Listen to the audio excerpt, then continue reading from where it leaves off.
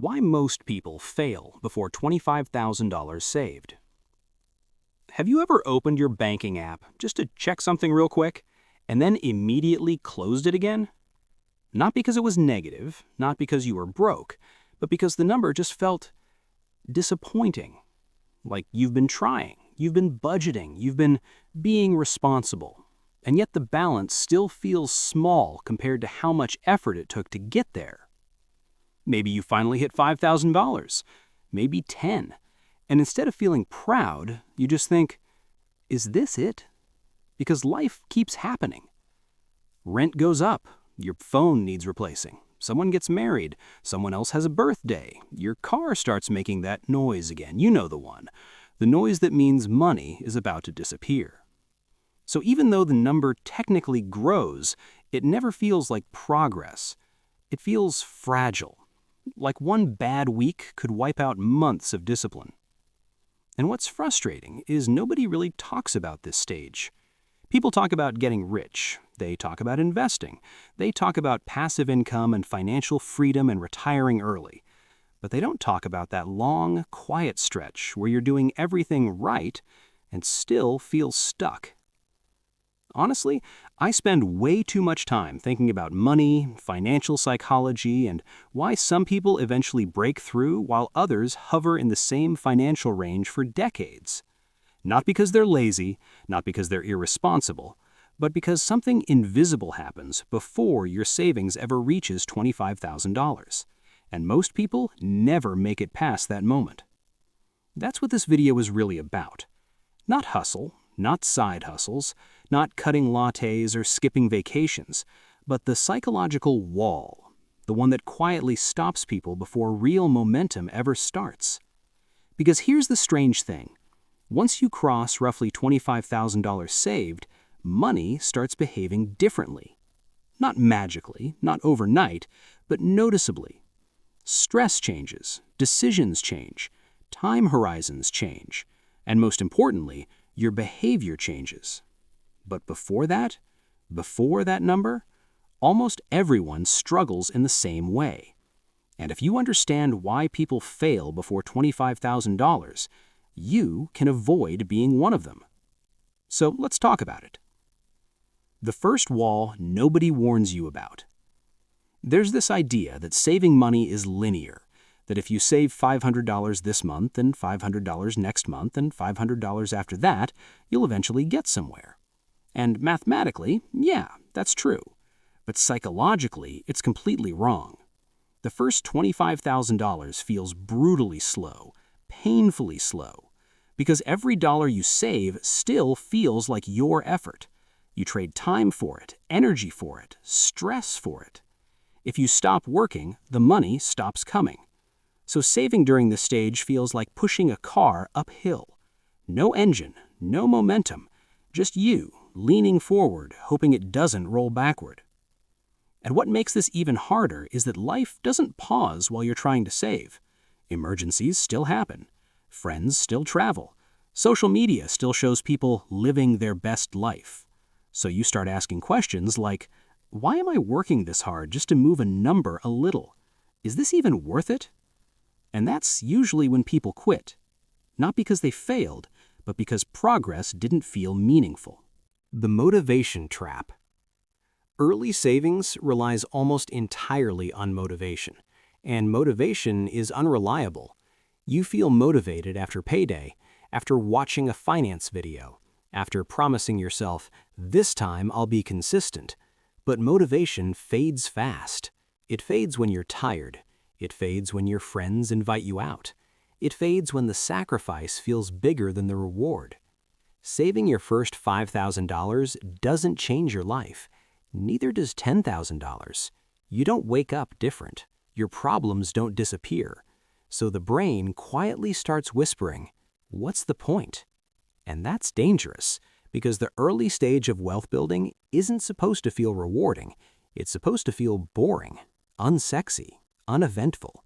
And humans are terrible at sticking with things that don't give immediate emotional feedback. That's why people can work for years at a job they hate, but quit saving after 3 months. The paycheck gives feedback. Savings doesn't. At least, not yet. Lifestyle pressure kills momentum. Here's something uncomfortable.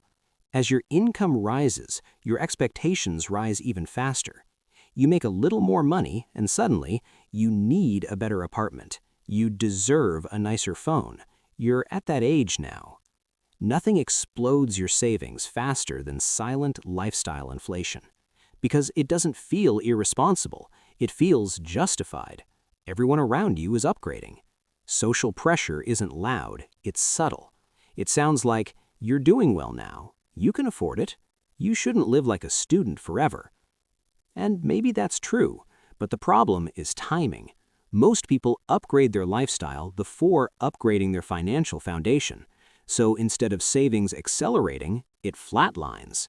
They earn more, spend more, and stay trapped under $25,000 for years, sometimes decades. Emergencies hurt more when you're poor. A $2,000 emergency hits very differently depending on your net worth. If you have $3,000 saved, that emergency feels catastrophic. If you have $30,000 saved, it's annoying. Same event, same cost, completely different emotional impact. Below $25,000, every problem feels personal. Every expense feels like punishment. You're not just fixing the issue, you're undoing progress. That creates burnout. People stop saving not because they're reckless, but because they're tired of starting over, again and again and again. That emotional exhaustion is one of the biggest reasons people never push past this stage. Why $25,000 is a psychological turning point. Something subtle happens around this number. You don't feel rich, but you feel stable. For the first time, money stops being only defensive. You're no longer just reacting to life. You have margin. You can breathe. You stop checking your bank account every morning. You stop panicking over small purchases. You stop feeling like one mistake will ruin you. That mental relief changes everything. You start planning in years instead of weeks. You think in percentages instead of dollars. You start asking, how can I make this grow, instead of, how do I not lose it? That shift is enormous, and most people never experience it.